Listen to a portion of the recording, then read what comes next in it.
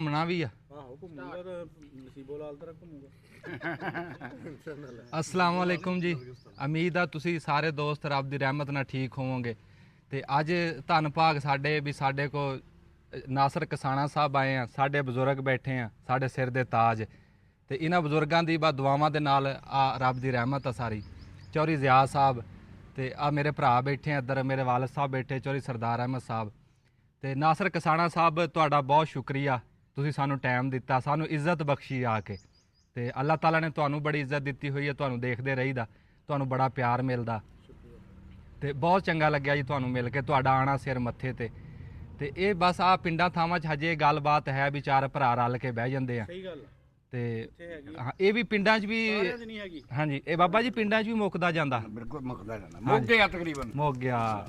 ਹੁਣ ਉਹ ਸਾਡੇ ਪਿੰਡ ਵੀ ਸ਼ਹਿਰ ਬਣਦੇ ਜਾਂਦੇ, ਉਹ ਘਰਾਂ 'ਚ ਮੋਬਾਈਲ ਲੈ ਕੇ ਬਹਿ ਜਾਂਦੇ ਆ ਤੇ ਰਲ ਕੇ ਨਹੀਂ ਬਹਿੰਦੇ, ਕਿਤੇ ਕਿਤੇ ਥਾਂ ਆ। ਅਸਲ ਨਾਲ ਕਲਚਰ ਨਾਲ ਜੁੜੇ ਹੋਏ ਲੋਕ ਮੁੱਕਦੇ ਜਾ ਰਹੇ ਆ। ਹਾਂਜੀ ਜਿਹੜੇ ਬੰਦੇ ਨਦੌਲਤੀਏ ਜੇ ਉਹ ਸ਼ਹਿਰ ਨੂੰ ਕਾਪੀ ਕਰਦੇ, ਉਸ ਲਾਈਫ ਸਟਾਈਲ ਨੂੰ ਕਾਪੀ ਕਰਦੇ, ਉਹ ਤਹੀਨ ਮਹਿਸੂਸ ਕਰਦੇ ਆ। ਹਾਂਜੀ ਲੇਕਿਨ ਜਿਹੜੇ ਬੰਦੇ ਮਿੱਟੀ ਨਾਲ ਜੁੜੇ ਹੋਏ ਆ ਉਹ ਇਦਾਂ ਦੀਆਂ ਮਹਿਫਲਾਂ ਬੈਠਕਾਂ ਵਿੱਚ ਬਹਿਣਾ ਆਪਣੀ ਇੱਜ਼ਤ ਵੀ ਸਮਝਦੇ ਆ ਔਰ ਇਹ ਕਲਚਰ ਨੂੰ ਵੀ ਜ਼ਿੰਦਾ ਰੱਖਿਆ ਹੋਇਆ ਆ। ਬਾਬਾ ਜੀ ਬਰਕਤ ਸਰਕਾਰ ਨੇ ਫਰਮਾਇਆ ਹਾਂਜੀ ਕਿ ਕਮੀਨੇ ਲੋਕਾਂ ਦੇ ਕੋਲ ਪੈਸਾ ਆ ਜਾਣਾ ਨਾ, ਮੁਆਸ਼ਰੇ ਲਈ ਬਵਾਲ ਬਣ ਜਾਂਦਾ। ਸਹੀ ਬਾਤ। ਹਕੀਕਤ ਜੀ, ਕਮੀਨੇ ਲੋਕਾਂ ਕੋ ਪੈਸਾ ਆ ਜਾਣਾ, ਦੌਲਤ ਆ ਜਾਣਾ, ਹਾਂ ਉਹ ਮਾਸ਼ਰੇ ਦੀ ਤਬਾਹੀ ਲੋਕਾਂ ਆ, ਲਈ ਨਾ ਮੁਆਸ਼ਰੇ ਲਈ ਬਵਾਲ ਬਣ ਜਾਂਦਾ। ਬਾਲ ਬਣ ਜਾਣਾ। ਸਹੀ ਗੱਲ।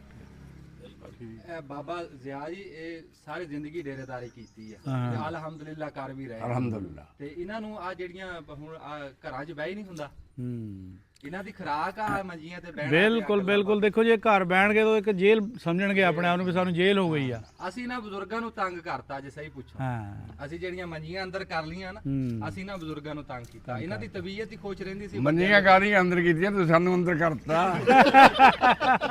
ਸਹੀ ਗੱਲ ਹੈ।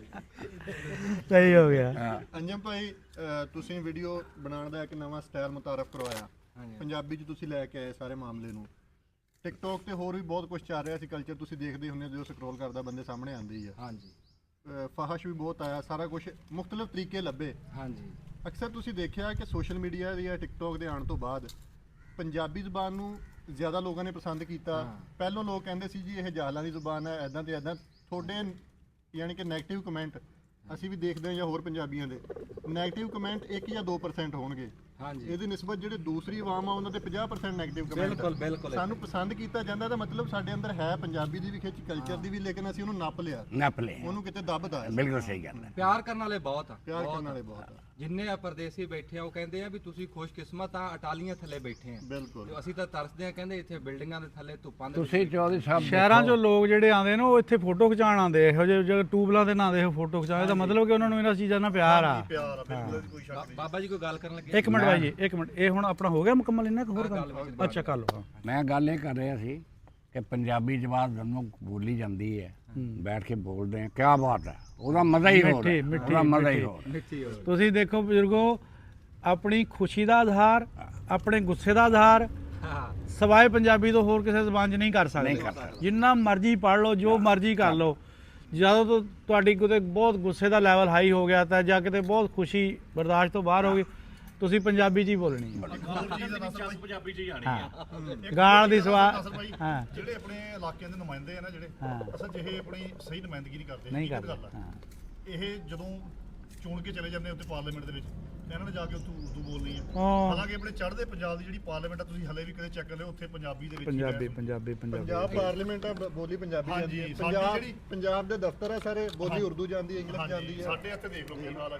ਜਿਹੜਾ ਪੰਜਾਬੀ ਬੋਲਣ ਵਾਲਾ ਉੱਥੇ ਉਹਨੂੰ ਸਮਝਦੇ ਜੀ ਇਹ ਬੰਦਾ ਹੀ ਨਹੀਂ ਐਵੇਂ। ਪਹਿਲਾਂ ਚੋਂ ਕੱਢਦੀ ਅਸੀਂ ਪੰਜਾਬੀ। ਹਾਂਜੀ ਜਿਹਦੇ ਕੋਈ ਬਾਈ 4 ਪੈਸੇ ਆ ਜਾਂਦੇ ਆ ਜਾਂ ਕੋਈ ਅਫਸਰ ਲੱਗ ਜਾਂਦਾ, ਉਹ ਪਿੰਡ ਛੱਡ ਜਾਂਦਾ। ਉਹ ਪਿੰਡ ਛੱਡ ਡਾਕਟਰ ਬਣ ਜਵੇ, ਉਹ ਵੀ ਦੁਕਾਨ ਉੱਥੇ ਜਾ ਕੇ ਸ਼ਹਿਰ 'ਚ ਬਣਾਉਂਦਾ। ਇਦਾਂ ਹੀ ਪਿੰਡ 'ਚ ਨਾ ਕਿਸੇ ਨੂੰ ਗੋਲੀ ਦੇਣੀ ਪੈ ਜਾਵੇ। ਮੇਰਾ ਭਤੀਜਾ ਬਲਕਿ ਇਹ ਸੋਚਦਾ ਕਿ ਮੈਂ ਦੱਸਾਂ ਹੀ ਨਾ ਮੈਂ ਫਲਾਣੇ ਪਿੰਡ ਦਾ। ਉਹਦੀ ਕੁਝ ਇਹ ਹੁੰਦੀ ਮੈਂ ਪਤਾ ਨਹੀਂ ਲੱਗੇ ਮੈਂ ਫਲਾਣੇ ਅੱਛਾ ਬਰਾਦਰੀ ਦੱਸਣ ਲੱਗੇ ਡਰਦੇ ਆਪਣੀ। ਹਾਂਜੀ